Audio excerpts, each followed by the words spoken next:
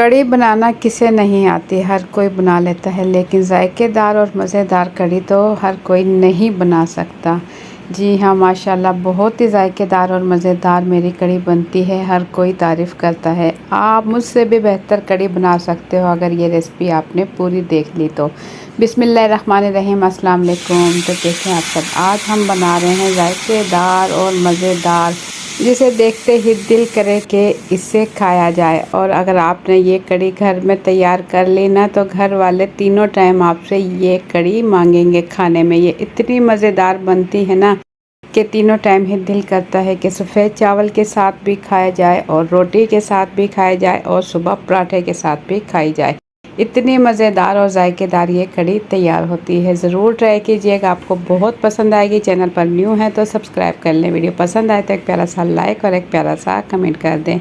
Video skip किए बगैर पूरी देखिएगा ताकि आप जान सकें कि वो तमाम और टिप आप लोगों को मैं देने वाली हूँ जो कि आप मिस ना कर सकें। तो रेसिपी शुरू करते हैं। बिस्मिल्लाहिर्रहमानिर्रहीम।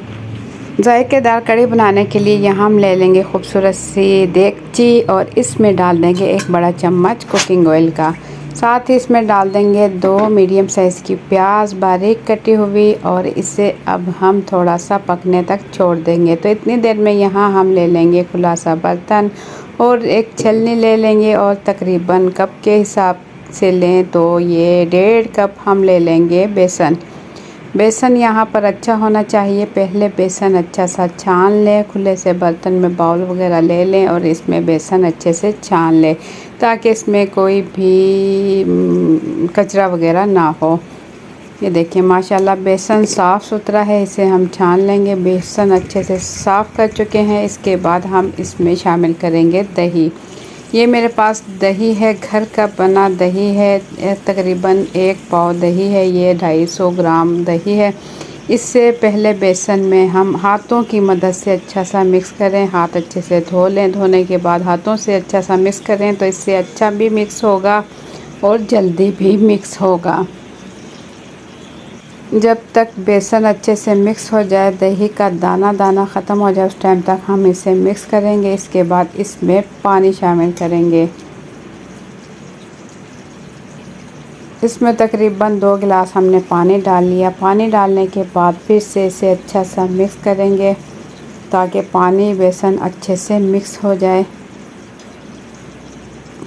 2 से 3 मिनट लगेंगे और बेसन और दही हमारा पानी के साथ अच्छा सा मिक्स हो जाएगा। इसमें हम मज़ीद पानी ऐड करेंगे तो इसमें बिल्कुल टाइम नहीं लगेगा। बहुत ही कम टाइम में आप बआसानी बहुत ही मज़ेदार कड़ी तैयार कर सकते हो।